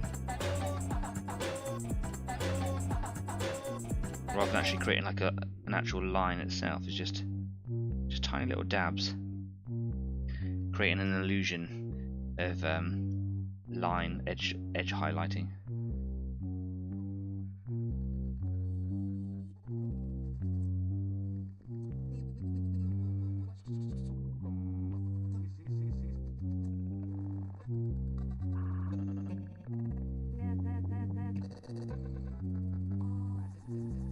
Yeah, this is working.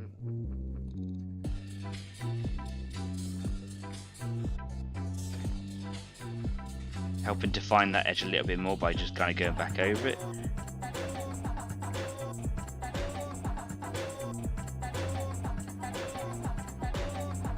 is working well. That's okay. That sped me up quite a bit.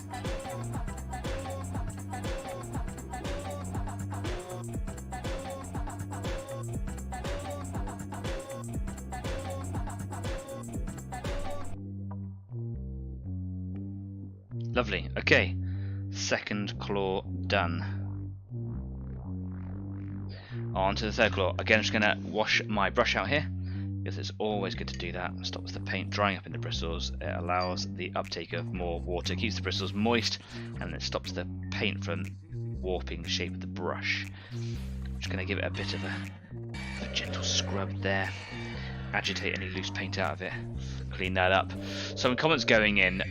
So Kirsten says, so my lines are not the best, but from a tabletop view they look great. And that's exactly what I'm doing. Like, even what I'm doing now, I'm not entirely happy with it, but when viewed a few feet away, like, the overall appearance can sometimes be really, really deceiving, and it can like work in your favour. So nice work, cool. Jeff says, I did a big snowy Ardennes build 2 years ago, added the snow onto the roads and spray sealed it, came back and the next day and the grass had bled into the snow, green snow. I remember that, awful. And that wasn't it like going out like within a few days of that as well? Kessin says, could be worse, it could have been yellow snow. Yeah. Yeah.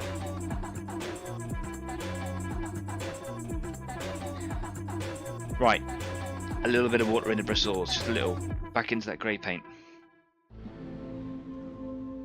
This is a small claw down here, so I'm going to see if I can do this dabbing procedure, if you will, for almost the entirety of it. That top plate is a little bit bigger, and could do with a little bit more definition. Just going to get a bit more paint out here. There we go. Go into the pot. Oh, hit the camera. Soz, guys. You okay? You okay?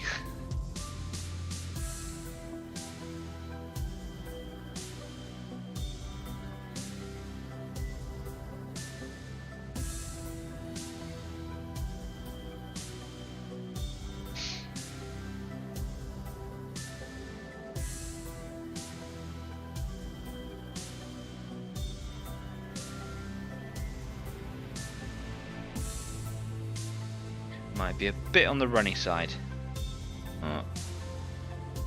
Maybe any of us aside, you might be able to work with that. Let's have a little look. So, oh, quite a tough angle to get in. Actually, can you see in here, just behind the claw, the little claw, can you see how it's really pale right up against the edges? That's where I haven't got the previous colour, even like the yellow colour, in there properly. So at some point, because I can see that now, and I'm not going to be able to unsee it, yeah, I'm going to see if I can get some sort of stain in there, a wash, just to kind of hide that in there. Kev says, ow, my eye. Yeah, sorry, man.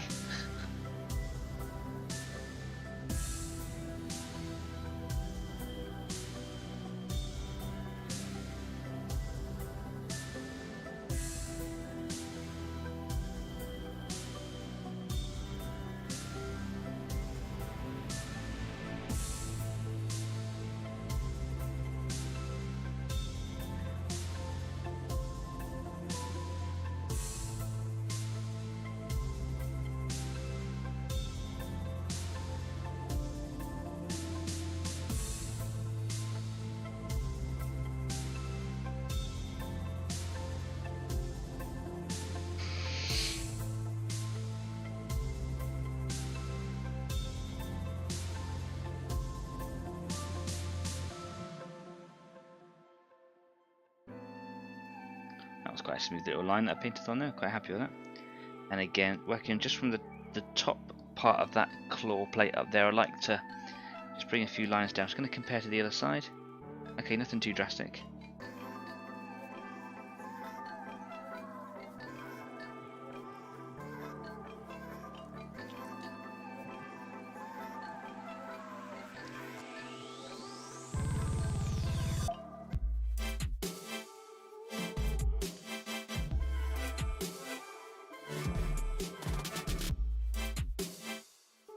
Paint is just a fraction thicker than I want it to be. Like drying in the bristles. Comes out a bit cakey sometimes. That's actually much better.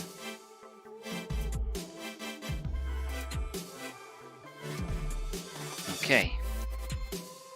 I got a little bit of mid-grey in the black there. That's upsetting.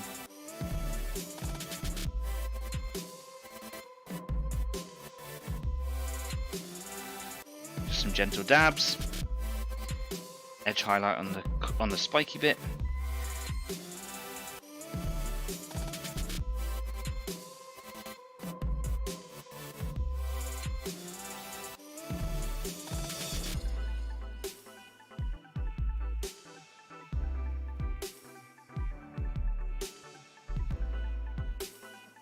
Might actually in shot here.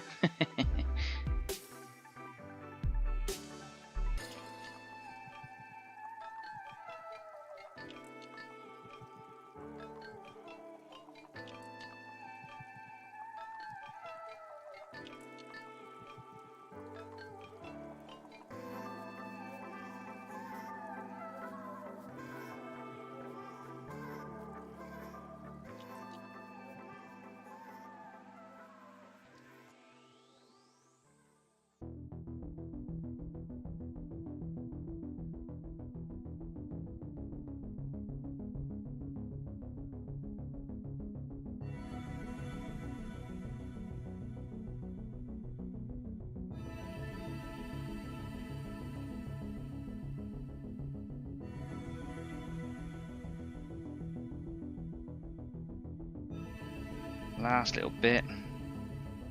I'm quite happy to get these claws done because they actually, I wanted them to be easy. I thought they were going to be easy, but actually these smaller plates were really quite difficult. Let's get a bit of water back in there again as well.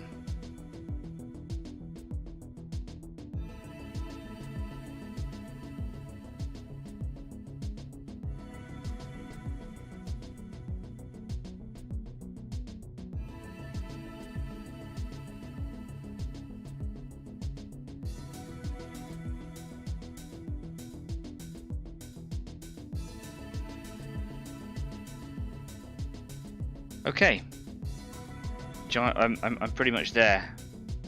Those claws. Throughout the week, I might like come back to them and sort of neaten them up a little bit. Still got to do the little chimney bits on this back, but yeah, that shouldn't take too long at all. What is going to take the time now is all these plates all the way around. So I want to be, you know, just kind of cracking on with that throughout the week. So yeah, it's looking really cool, and like from a distance as well. Like, I'm just so happy with the way that that black kind of blends out into the highlighted grey. It looks really cool, and really happy with it. Just hope that as I do a bit more, I will get better and better. While I've got a little bit of light grey here, I'm just gonna see if I can shift it off onto this plate here. There's a bit of an edge highlight.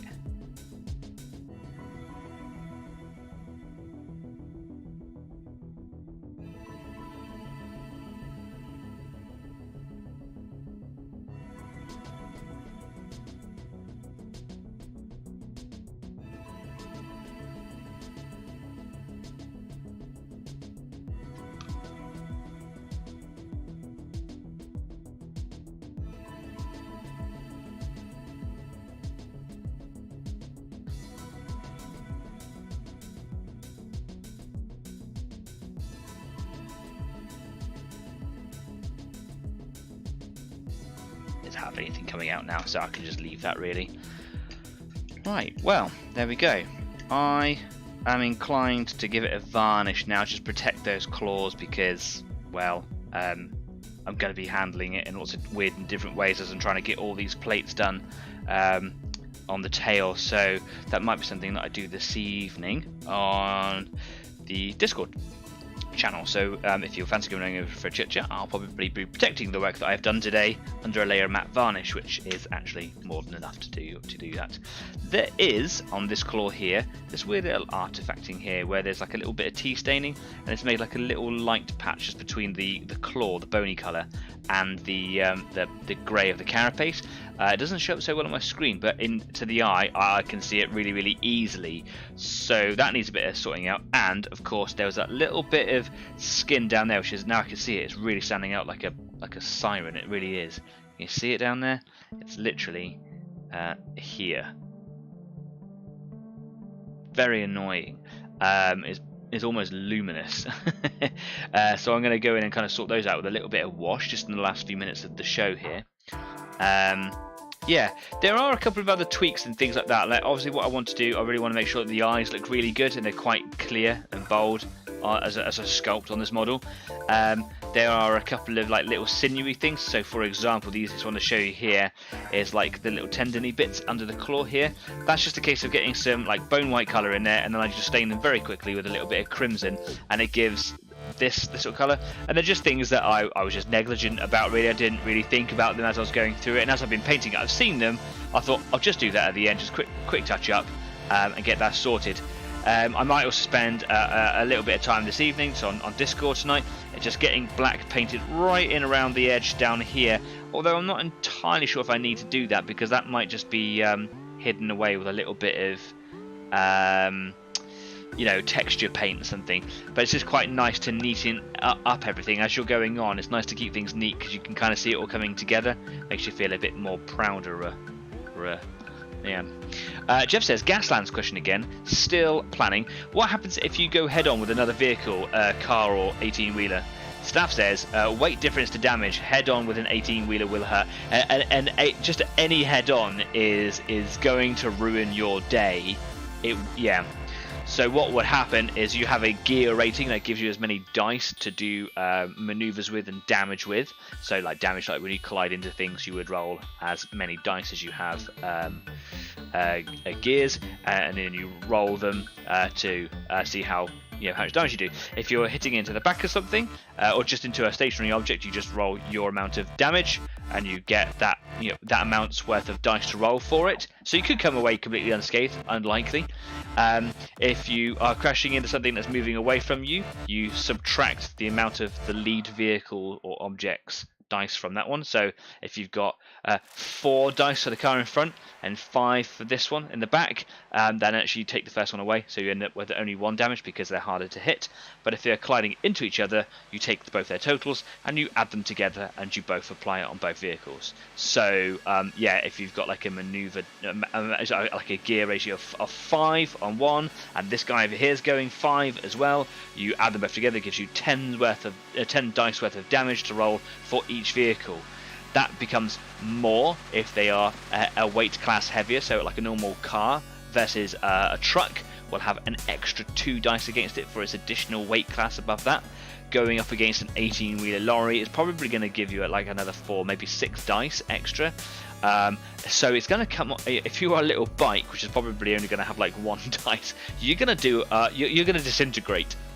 And the 18-wheeler is probably going to just use its windscreen wipers and take whatever bits of your body are left on the windscreen away. So yeah, lots of dice, head-on collisions, generally bad. Or incredibly fun. Yeah, ends it pretty quickly. Right, I want to get a little bit of black in there just because I've got a little bit of time spare. You can see that I was practicing with some greys and see what they came out like, so I'm going to hide that. Just tidy up the base down there and see what happens. Just nice to kind of get it all clear up. A bit of black in here. I'm not going to worry about mixing it so much. And I'm going to stay with this brush because it's got a big belly. It's airbrush paint, so I'm not going to worry too much about it being too thick. I want it to cover quite smoothly and quite heavily. And I'm going to try and gently cut it in to underneath the Trygon.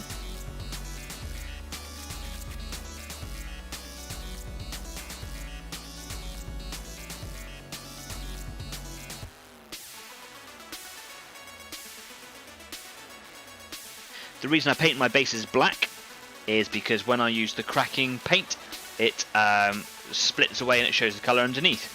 And it's nice to have that black to kind of show through the grey. Makes it look really cool. Just going to bring my light in from a different angle here so I can kind of see a little bit better. Reduce the shadows and stuff.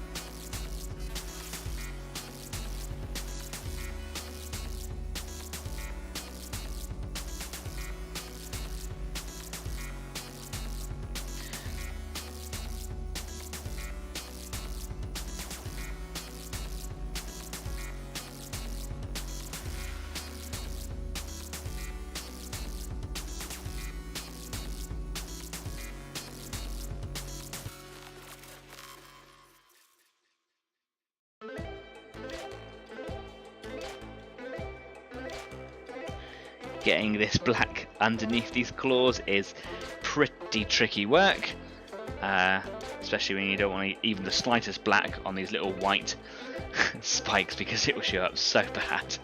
They are protected with a bit of varnish, so I could always go in with some airbrush cleaner like I did at the beginning of the show to clear up any little mistakes that I made. Just don't want to do it, do you?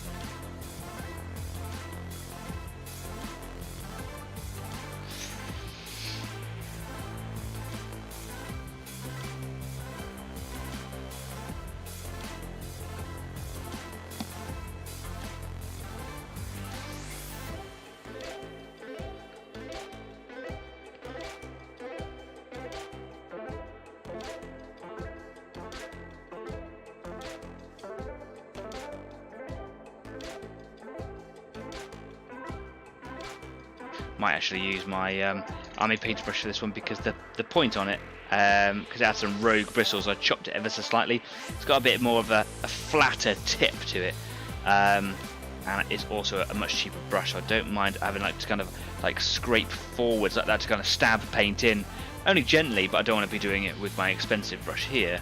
So I will come to this one, where when the bristles, you can see here, they're actually quite flat on the tip. So it might be quite handy for kind of getting it into that little area in there. Just a few minutes left on the show. If you've got anything that you want to talk about, now's the time to kind of drop it into the live chat over there. Kind of have a little chat with the guys before we disappear. Most of us will probably head on over to the Easy 8 after party on Discord, so if you are so inclined, come on over and join us. If you haven't made a little profile yet, you can do that just by following the link. Just agree to Discord's user terms. Very, very easy to do. Often sent to you in an email. Just to click and verify who you are. And then come in and join in the antics in the Easy 8 after party.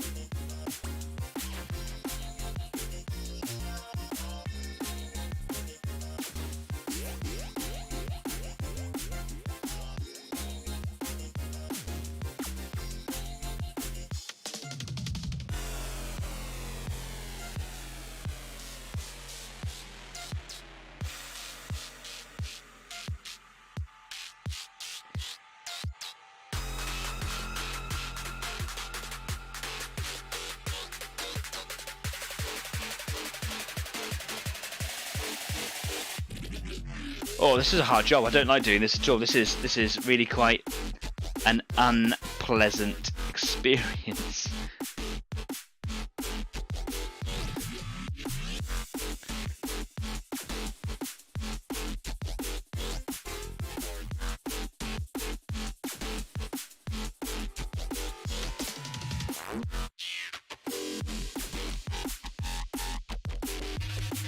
I'm going to hide a multitude of sins with like textured paints and things like that, but I'm just trying to push the colour of this base as far up to the model as I can, so that anything that doesn't get hidden by textured paints doesn't show later on, because you don't want to have like an incident where you can see like some of the errors that made from earlier.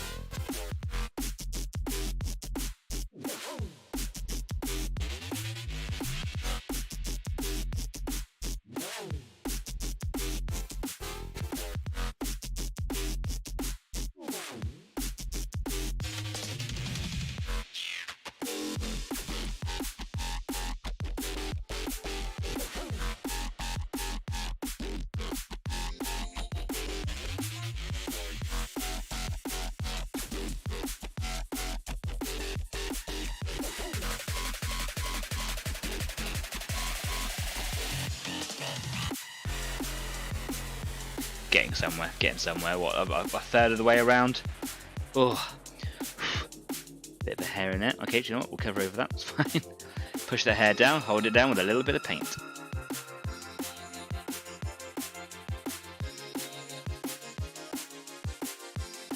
Oh, I keep hitting the camera today. I'm so sorry, guys. I'm like totally taking it on you physically. I'm not a violent or aggressive person. Honest.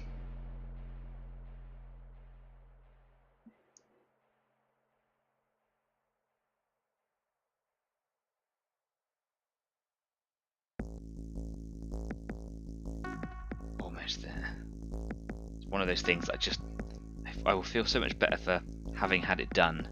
Because it's, you can just see like the overspill of the yellow around it. It just looks so untidy, and it's just being quite a neat freak. It's been bothering me the entire time. But the model was given to me as a gift, and it was already made and partially painted as well. So like painting it whilst it was in position was a must. It had to be done that way. That's fine. But that's potentially a learning point in the future if I ever make another one, or if someone's learning from this one, is, you know, when you're painting it stuck to the base, it's very difficult. So maybe just kind of like tack it in place to start with, and then kind of have a means to hold it whilst painting, and then attach it to the base as a late stage effort.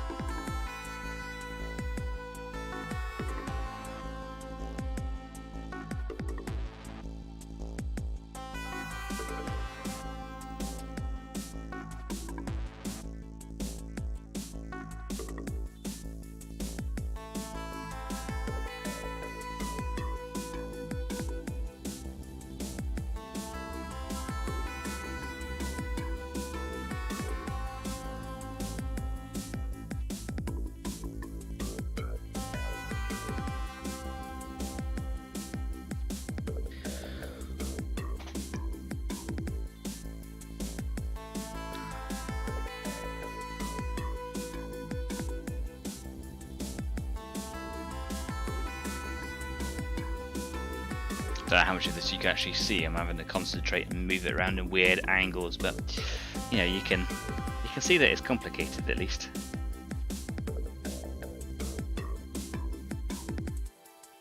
Oh. Clean that little brush out, and I think I'm done for the day there. Really, for the show. So I'm going to carry on for a little bit in a second. We'll talk about that when we come away from here. Where's my mouse? There it is. Okay. So, a lot more detail work, a lot more edge highlighting. Getting all the claws done it feels like quite a weight lifted, so I'm pretty chuffed with that. And now it's really just pushing on with that tail, getting that done, and then neatening up a few little bits and pieces. I really hope I've got a much easier week at work. I just noticed my hair is sticking out like a crazy person. Need to cut that today. Yeah, hoping that with a much easier week at work ahead of me now, that I'm going to have a lot more time at home, that I can spend 10 minutes there, 15 minutes there, and just do a plate at a time if necessary. You know, using the paint straight out of the pot, watering it down a little bit as I go, and maybe just getting a little bit done. I hope to have that entire tail section done by next week's show. If I don't, I'm not going to pester you with more of the same stuff for a third week in a row. That would just be boring and dull for you guys, and I don't want to do that. So I will move on to a new article for that show. I don't know what that'll be yet, but it would be great if I could get it done, because it means that I can move on to the bases of both the Carnifex and this Trygon, and use that as a fun little segue into doing some terrain on the following show, which would be something really, really cool. We haven't done terrain stuff for a long time. So yeah, that would be kind of cool. If you've got any ideas or things that you want to talk about in terms of terrain or basing, let's bring them up over the next couple of weeks, and see if we can kind of, you know, get something rolling, you know, some little like group builds and things for terrain. That would be kind of cool. I hope you guys have had a fun evening. It's been quite a quiet show tonight, but sometimes it is, and that's okay too. I would love to see some pictures of the work that you've been doing. So if you have been, you know, working on a little project tonight, by, take some pictures, stick them over on Facebook, even if they're just works in progress. It's always nice to see the sort of progress that you guys are making. Kez says that she's done some already, finished some, moved on to some new ones. Staff's had to go backwards a little bit today, bit frustrating, but sometimes you just got to do that, haven't you? Yeah, and of course we'd love to. Are we allowed to see any of this sneaky build stuff that you were talking about, Jeff, earlier on for a Kickstarter? It'd be very interesting to find out, but hey, we've had some inside information. Maybe we'll just keep our eyes peeled for the future. Anyway, that's pretty much it from me this week. Looking forward to next week and getting some new stuff on the go. That is exciting. Anyway, thanks for coming by this evening. If you're watching later on, thanks for coming along and to watch the show later. That's super cool. Don't forget to like, follow, share, and subscribe, because every little bit really helps me make the most out of this show, makes it grow, and I want it to get big. I want it to be global. I want people to be screaming for my autograph in the streets. No, I don't. That would be terrible. Jeff says no, we're not allowed to know any more about it. Okay, shh. Mum's the word. No troubles at all. Yeah. So anyway, enough of that, and enough from me for this week. Until next week, stay safe, be kind, and keep on painting. And I'll see you soon. Take care for now. Bye bye.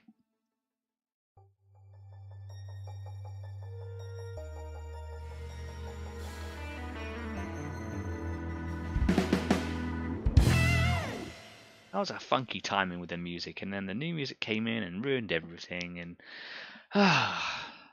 so much grey. I'm seeing lines.